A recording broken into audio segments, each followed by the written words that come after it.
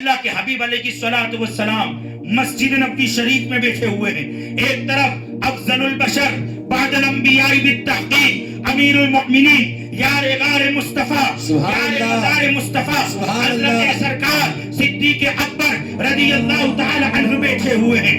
دوسری طرف مرید مراد رسول طالب مطلوب رسول آئینہ جمال مصطفیٰ حضرت سرکار فاروق اعظم رضی اللہ تعالی عنہ بیٹھے ہوئے ہیں. پھر ایک سمت نظر ڈالو تو حضرت سیدنا بے کر شرم و حیا آئینہ جمال مصطفیٰ ذوالنورین سیدنا عثمان غنی رضی اللہ تعالی عنہ بیٹھے ہوئے ہیں. اور پھر ایک طرف تاجدار حلعتا مراد الکفا حسن حسین کا بابا فاطمہ کے سر کا تاج علی ولایت کا شہنشاہ صحابت کا سمندر عمر کا استاد عمر کے نبی کا داماد حضرت مصطفیٰ مولا المسلمین امام الاولیاء سرکار مولا مشکل کشا حیدر قرار فاتح خیبر سرکار مولا مشکل کشا رضی اللہ تعالی عنہ بیٹھے ہوئے ہیں. ایک طرف ابو بکر ایک طرف عمر ایک طرف عثمان ایک طرف علی.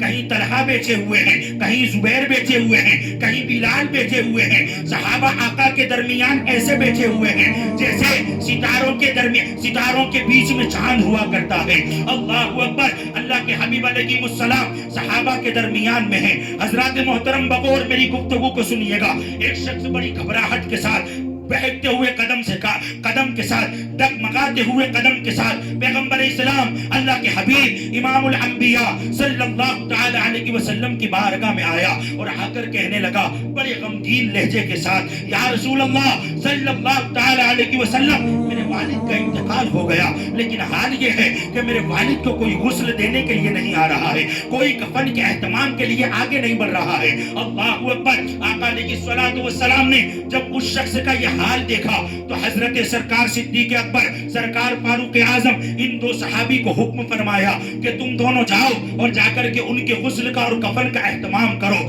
اللہ اکبر. حضرت سرکار صدیق اکبر بڑھے سرکار فاروق اعظم بڑھے اور دونوں شیخین قریبین آگے بڑھے. جب اس کے ٹھکانے پہنچے فوراً پلٹ آئے اللہ کے حبیب علیہ السلام کی بارگاہ میں آئے. آقا علیہ السلام نے فرمایا اے ابو بکر و عمر کیا غسل ہو گیا کفن کا اہتمام ہو گیا تم تو بڑے جلدی چلے آئے ہو. اللہ اکبر. حضرات محترم جب یہ فرمایا حضرت سرکار صدیق اکبر نے نگاہوں کو جھکایا. سرکار فاروق اعظم نے دبے ہوئے لہجے کے ساتھ عرض کیا آقا ہم اس کے گھر گئے لیکن ہم فوراً پلٹ کر آ گئے.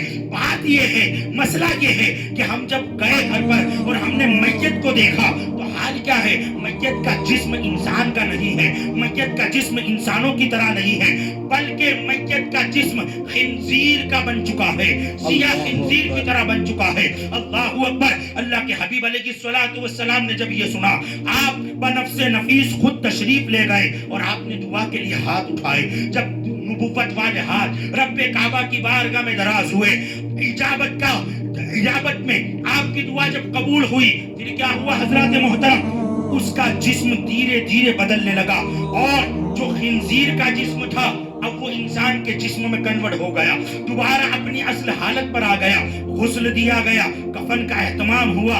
اللہ کے حبیب علیہ السلام نے جنازہ پڑھا اور جنازہ پڑھانے کے بعد فرمایا اس کی تدفین کا اہتمام ہو. جب اس کی تدفین کرنے لگے تو قبر میں اتارتے دوبارہ وہ شخص پھر خنزیر بن گیا پھر سیاہ رنگ کا خنزیر ہو گیا. اللہ اکبر. اللہ کے حبیب علیہ السلام وہیں پر موجود ہے. آپ نے اس کے بیٹے کی طرف دیکھا اور فرمایا کہ یہ بتا کہ تیرے باپ میں ایسا کون سا گناہ موجود تھا جس کی وجہ سے اللہ کی طرف سے یہ عذاب آیا ہے. اللہ اکبر. اس کے بیٹے نے نظر کو جھکا لیا اور نگاہ جھکا کر وہ ادب سے کہتا ہے آقا میرا والد بے نمازی تھا.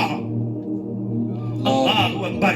حضرات محترم آپ کی نماز تو ہفتے میں ایک بار لوگ مسجدوں کی طرف بڑھتے اور جمعہ پڑھنے جاتے یہ بھی یہ کہ ہم مسجد کمیٹی پر امام مؤذن پر احسان کر رہے ہیں. اللہ اکبر.